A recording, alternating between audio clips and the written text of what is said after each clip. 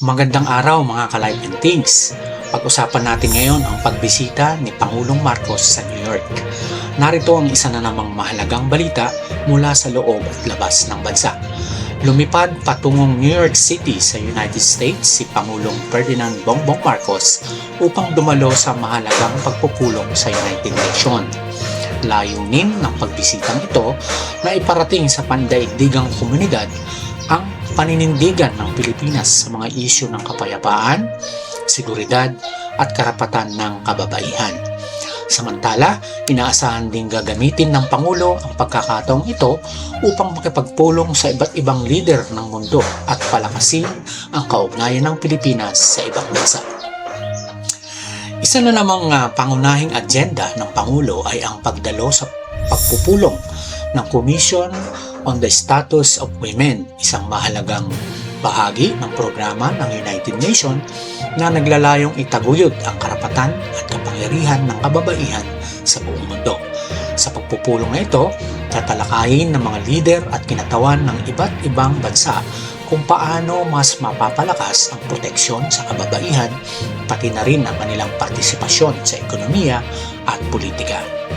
Ayon sa Malacanang, mahalaga ang partisipasyon ng Pilipinas sa ganitong pagpupulong dahil ipinapakita nito ang suporta ng bansa sa pagkapantay-pantay ng kasarian at ang pagtataguyod ng karapatan ng kababaihan.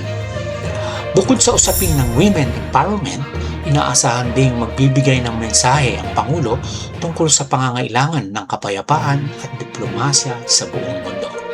Sa gitna ng patuloy na tensyon sa iba't ibang bahagi ng mundo, kabilang na sa Middle East at iba pang rehiyon, plano ng Pangulo na hikayatin ang mga bansa na resolbahin ang mga alitan sa pamamagitan ng dialogo at paggalang sa international law. Ayon sa Department of Foreign Affairs, mahalagang marinig ang boses ng Pilipinas bilang isang bansang naniniwala sa kapayapaan, resolusyon ng mga hidwaan. Habang nasa New York City, nakatakda ring makapagpulong si Pangulong Marcos sa ilang matataas na opisyal ng United Nations, kabilang na si Antonio Guterres, ang Secretary General ng organisasyon. Sa kanilang pag-uusap, inaasahang tatalakayin ang mga pandaigdigang issue tungkol ng climate change, seguridad at humanitarian cooperation.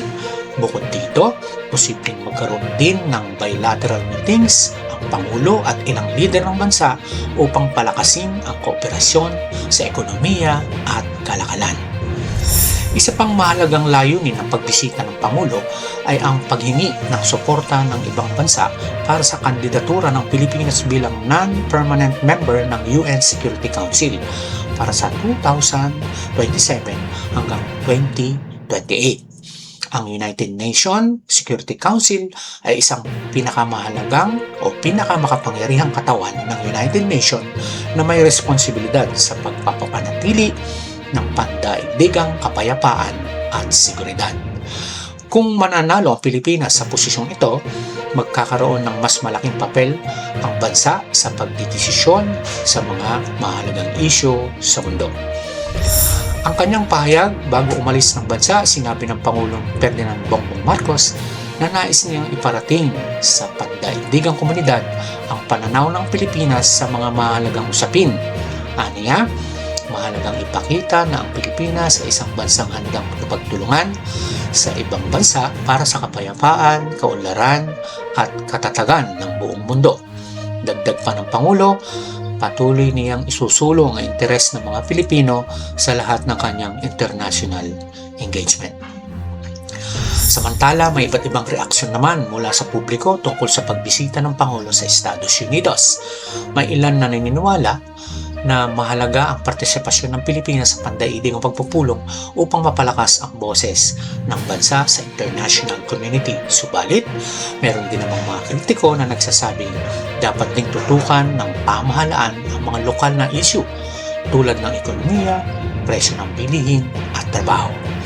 Sa kabila nito, nananatiling mahalaga ang papel ng Pilipinas sa pandaigdigang usapin at ang pagdalo ng Pangulo sa mga pagpupulong sa United Nations ay isang pagkakataon upang ipakita ang posisyon ng bansa sa mga isyong kinakaharap ng mundo. Magbigay po tayo ng reaksyon hinggil sa balitang ito. Ngunit habang mahalaga ang ganitong mga international engagement, may mga tanong din na lumilitaw mula sa ilang mamamayan. Ano nga ba ang direktang epekto nito sa pang-araw-araw na buhay ng mga Pilipino? Yan ang tatalakayin natin ngayon. Hindi may kakaila na mahalaga ang United Nations sa pandaigdigang politika. Ito ang organisasyon kung saan nagtitipon ang halos lahat ng bansa sa mundo upang pag-usapan ang mga global na issue tulad ng climate change, international security, humanitarian aid at economic cooperation.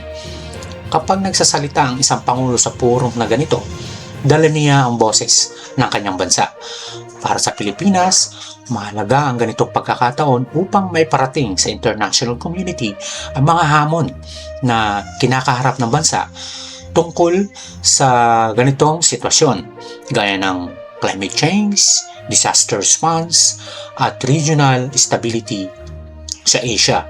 Bukod dito, ang mga ganitong biyahe ay kadalasang may kasamang mga pulong sa ibang leader ng bansa o investor na maaaring magbukas ng oportunidad para sa ekonomiya ng Pilipinas.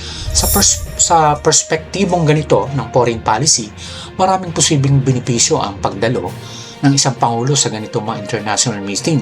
Una, pinalalakas nito ang diplomatic relation ng bansa sa ibang bansa.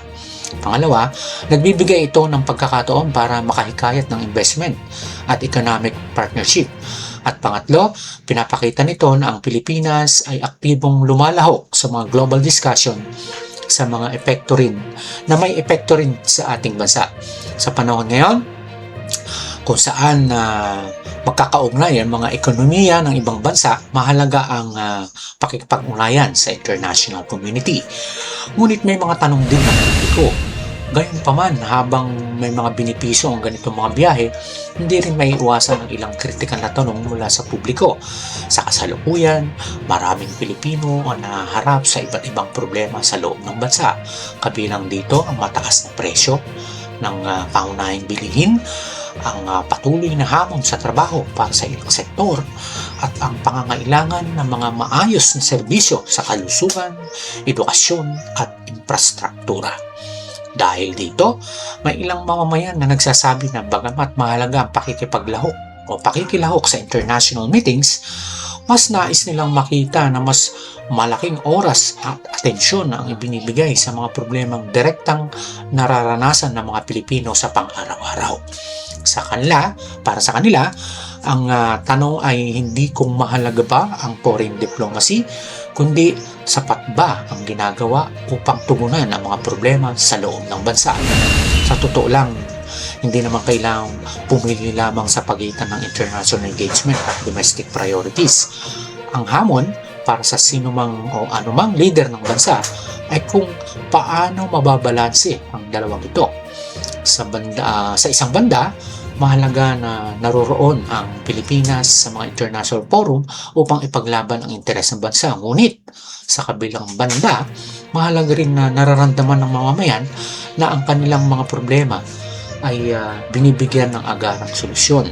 Dahil para sa maraming Pilipino, ang pinakamahalagang sukatan ng pamahalaan ay hindi lamang ang presensya nito sa international stage, kundi ang konkretong pagbabago ng kanilang pang-araw-araw na buhay.